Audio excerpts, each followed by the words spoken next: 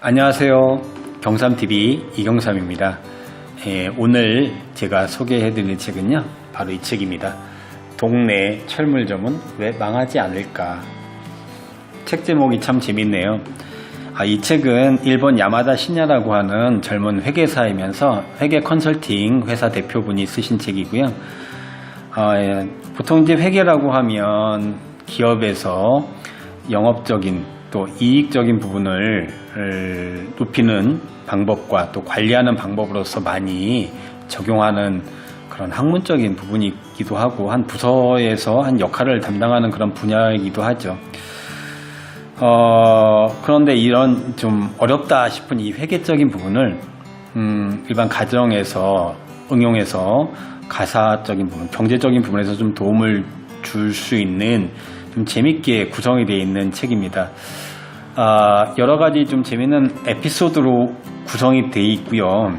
이 제목처럼 철물점 얘기가 나오고, 그 다음에 이제 동네 외진 곳에 고급 프랑스 레스토랑 얘기가 나옵니다. 그리고 슈퍼마켓에서 도시락 판매를 이제 구상을 하고 총 판매까지 책임지는 분이 이 도시락을 판매하는 그 과정에서 이제 사장님한테 꾸중을 듣고, 본인은 이제 잘 팔았다고 했는데 이 경영 마인드적인 부분이라든지 회계적인 부분, 그 다음에 재고 관리적인 부분에 대해서 좀 미숙한 부분 때문에 더욱더 매출을 올릴 수 있음에도 불구하고 그 부분에 좀 미비했던 부분들에 대해서 지적을 받는 그런 에피소드가 있거든요. 보통 저희가 동네 마트를 가다 보면 뭐 보통 문자 메시지도 많이 오고 뭐 전단지도 많이 오죠. 무슨 특가 행사도 하고 할인 행사 많이 하고 있습니다. 근데 가다 보면 정말 엄청 가격이 싼 물품들이 많이 있어요. 과연 이걸 이렇게 이 가격에 판매를 했을 때 이게 과연 남을 수 있을까? 좀 사면서도 미안할 때가 있죠. 근데 이제 그 마트에서 또 보면 세상에 뭐 미찌고 장사하는 사람이 있겠습니까?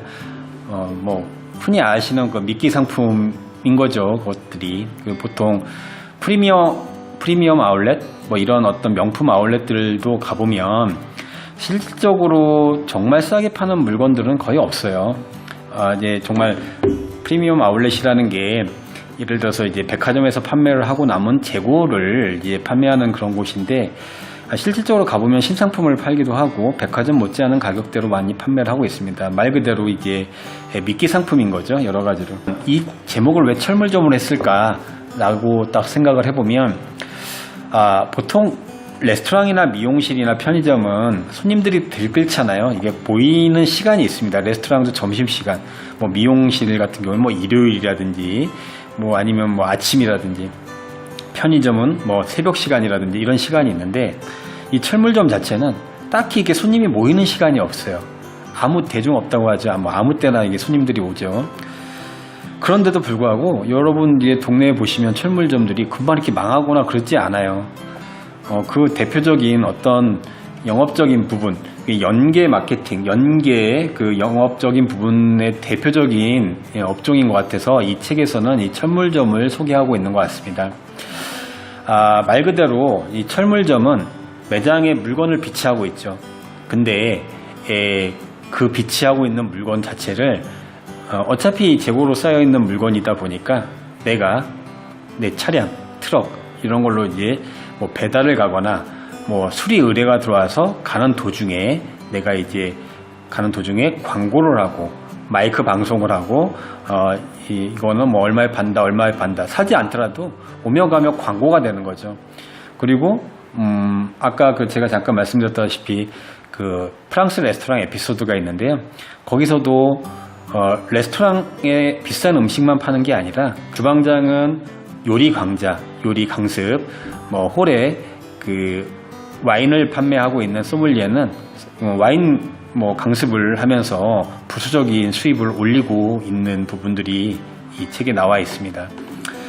아무튼 이 책을 좀 읽어보시면 가게 운영적인 부분과 돈 관리적인 부분에 대해서 좀 도움을 많이 받으실 것 같고요. 이 책 말미에 보면 이 회계학 키워드라는 어떤 페이지가 있어요. 근데 이 회계학 키워드를 그냥 제목만 좀 한번 소개해 드리려고 하다가 그 내용을 한번 다 읽어 드리는 게 좀 좋을 것 같아서 한번 이 내용을 읽어 드리면서 마무리하도록 하겠습니다. 회계학 키워드. 없는 돈은 빌려줄 수도 없다. 아무리 의욕이 넘쳐도 어느 정도의 자금이 없다면 장사는 할 수 없다. 물품을 들여오고 원자재를 구입할 돈도 없다면 무슨 장사를 하겠는가? 아무리 훌륭한 장사의 아이디어가 있어도 사업 자금이 없다면 뜬구름 잡기에 불과하다. 두 번째, 시간은 돈이다. 시간이 흐르면 그만큼 빌린 돈에 이자가 붙는다. 그런 의미에서 시간은 결코 헛되이 보낼 수 없다.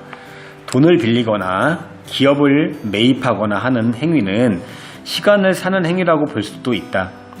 이는 빚을 얻음으로써 현금 확보에 시간이 잘 되고 기업을 사들임으로써 사업을 전개하는 데 필요한 여러 가지 절차를 생략할 수 있기 때문이다. 세 번째, 돈만 있으면 귀신도 부른다. 돈이 있으면 웬만한 교섭이나 트러블도 해결할 수 있다. 역시 평소에 현금을 준비해 두는 것은 아무리 강조해도 지나치지 않다. 가난하면 둔해진다. 실적이 나쁘면 아무래도 과감한 투자를 할 수 없게 된다. 따라서 자연히 유행이나 시류에 뒤처질 수밖에 없다. 다섯 번째, 가난한 사람은 늘 바쁘다. 실적이 안 좋으면 자금이 부족하게 되고 은행빚을 갚느라 거래처에서 지불 연기 신청하랴 이래저래 바빠진다. 개인의 경우도 마찬가지다. 돈이 떨어지면 본업 외에도 아르바이트를 시작하거나 잔업수당이라도 받기 위해서 업무 시간을 늘리기도 한다.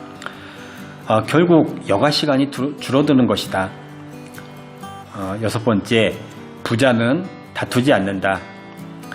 재판 비용에 쓸데없이 돈을 쏟아붓지 않기 위해서라도 웬만해선 다투지 않는 게 좋다. 빌린 돈을 못 받는다고 재판을 걸었다 해도 변호사 비용이 만만치 않다. 돌려받는 금액이 적으면 본전을 뽑기도 힘들 것이다. 따라서 부자는 경제적 합리성을 따지며 사소한 일로는 다투지 않는다. 일곱 번째, 싼 게 비지떡이다. 질을 따지지 않고 무조건 싼 값으로 물품을 구입하다 보면 팔려나가지 않아 재고가 쌓이기 십상이다.